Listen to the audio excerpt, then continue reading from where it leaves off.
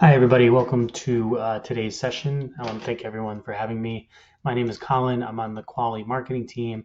And today I'm going to give you just a quick overview of how to scale your AWS and multi-cloud resources securely. So when we meet with our new customers, we often find that they have competing priorities, right? They all move to the cloud for velocity. Everyone wants to move faster. They want everyone to be able to access the cloud resources they need on demand. But they find that the reality doesn't quite meet those expectations, right? Security, standardization concerns, and cost controls as well often result in centralization of cloud resources, right? Only a few select teams have the ability to access cloud resources, and everyone else has to submit tickets just to have someone else provision the cloud resources they need. That also leads to a trade-off of visibility, right?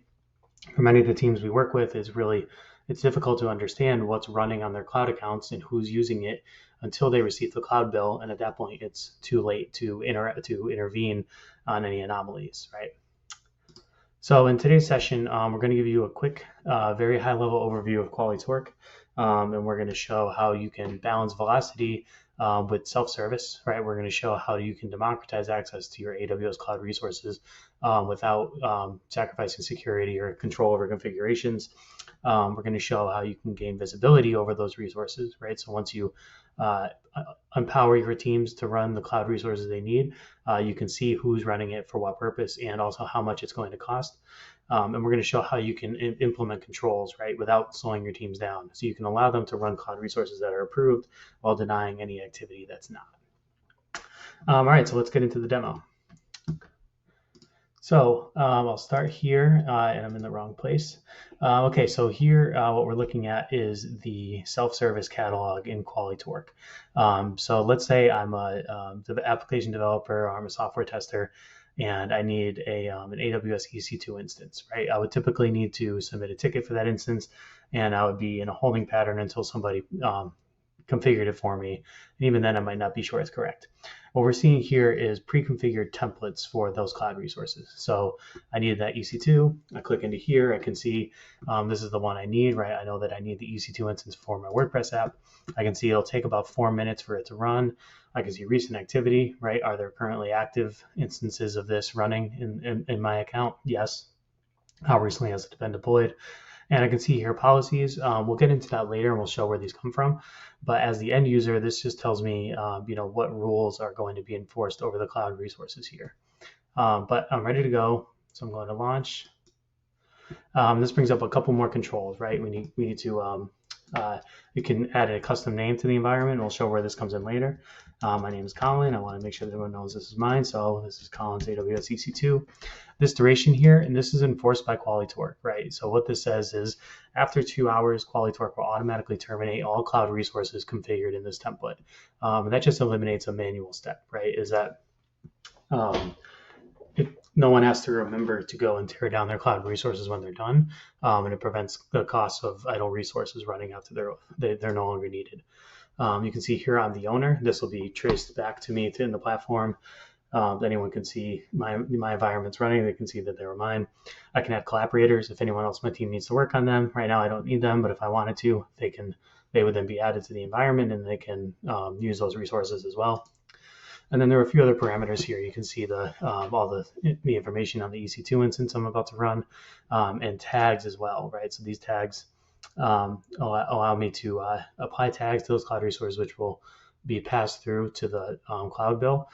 This just means I don't have to manually type anything in. I can't run anything without any tags, and it's easy for me to just tag based on the activity that I'm supporting. Here I'm just doing a demo, so I'm going to leave demo in the tag. So I can launch the environment. I actually already have this one running, so I'll switch over to my environment view. Now, since this one has been running, right, you see Colin's AWS2 instance is live. I can click into here anytime I need and access these resources as I need to, right? So you can see here, this is the resource that was defined in the Terraform file. I'll later on in the presentation here, I'll show how we pull the infrastructure from Terraform. But again, as the end user, right, I just need to know what's running, and I need to access these cloud resources. So here's all the information about the cloud resource that I needed, right? All the security credentials and keys are stored centrally by QualityTorque, so nobody has to code them or share them manually. You're preventing any of the security risks that way. And here, as an end user, here's another added step or another added capability, I should say, is if I need to perform actions on this cloud resource, I can do so without going through a DevOps or IT person, right? So if at any point while this environment is running, I can power on or power off, right? If I need to stop, pause it for a reason, for any reason, within those 2 hours, within those 2 hours before the duration is up, I can pause it here and then rerun it. I can also restart, right, in case I need to do that. One other valuable aspect of this view is since QualityTorque is ingesting and running the infrastructure from the Terraform definition, we can monitor those configurations and alert people when unexpected changes happen. So here we have drifts and changes. We don't see anything here, but if the configuration in this file were to drift from its initial state, it would notify me as the owner, it would notify the administrator on my space and let them know and give them a one-click way to fix it. Same with updates, right? Is that if somebody made a change to it that was meant to be documented here, it's just for transparency purposes, I can monitor here and I can interact with it as well. So you're probably wondering now how we get this level of visibility, right? Where does this infrastructure come from? What we found was that many of our customers, they already have their AWS, Azure Cloud Resources defined in infrastructure as code tools like Terraform. So we built our tool to work with those tools, right? So we connect directly to a Git repository. You can see the types that we support here. You simply just drop the URL for your repository here and connect. And QualityTorque will discover and identify the resources defined within that repository. So we have one that's already connected here. Let's take a quick look. And you can see there are a lot of Terraform assets. We have some AWS CloudFormation, some Helm, some Kubernetes. We support a lot of other configuration tools in addition to that as well. But that's just what we're showing here, right? So if we right here say we need this, we need to run this RDS instance.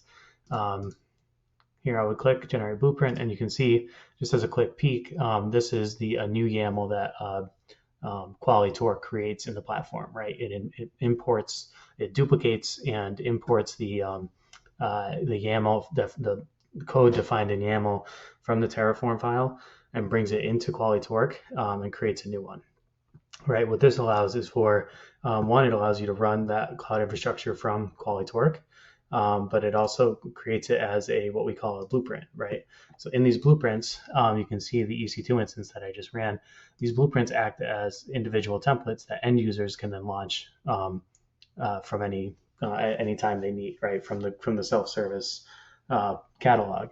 So you see these define all the inputs, outputs, all the dependencies between those outputs.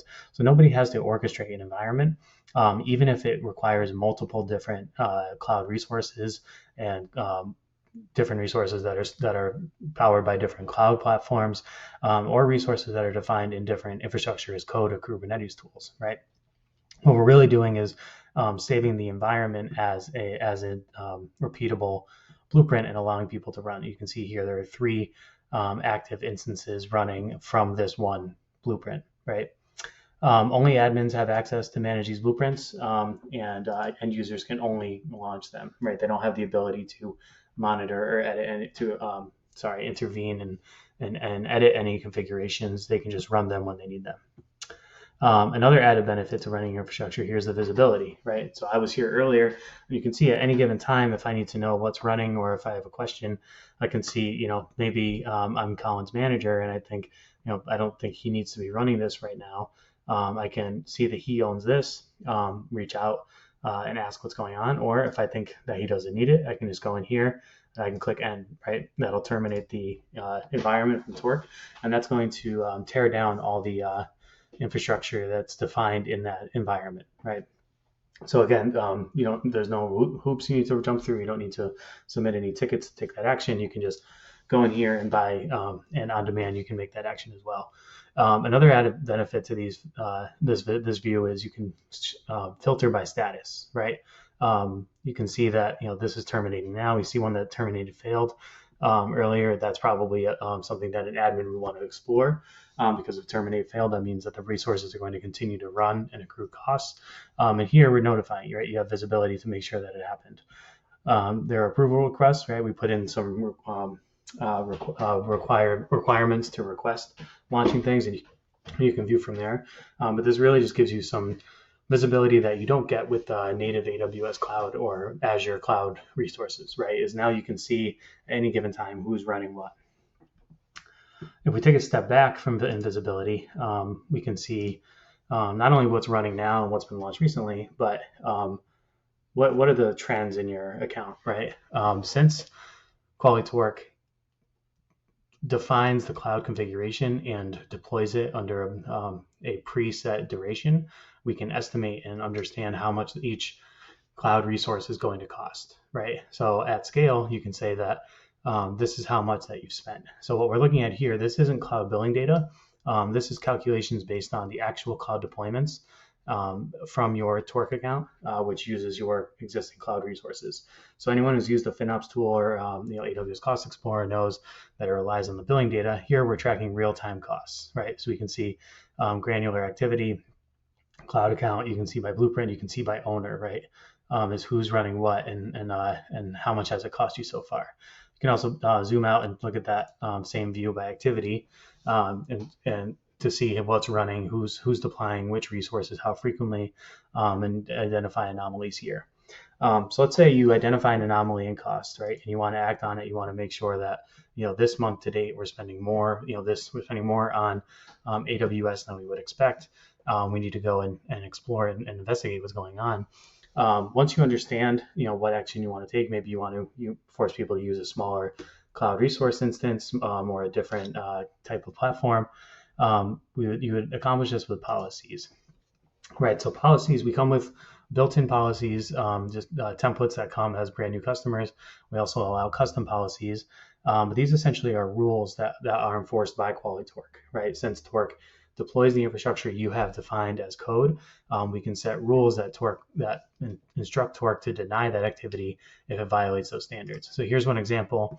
Is anyone who tries to launch, if this were activated, anyone who would try to launch a cloud instance in the region outside of this one would be denied, right? And that's because what we're saying is for this workspace, right, for these users, they're only allowed to run cloud instances in this region. And that just makes sure that nothing that your team is running is outside of your purview, right? Another example here, this one's around security. Public S3 buckets are one of the riskiest configurations. Here we're just saying, don't allow anyone in the space to run a public S3 bucket, right? And now if anyone tries to launch something with a public S3 bucket, Torque will deny the activity and notify an administrator. So these are really just guardrails that we put in. One last policy I want to show is called workflows, right?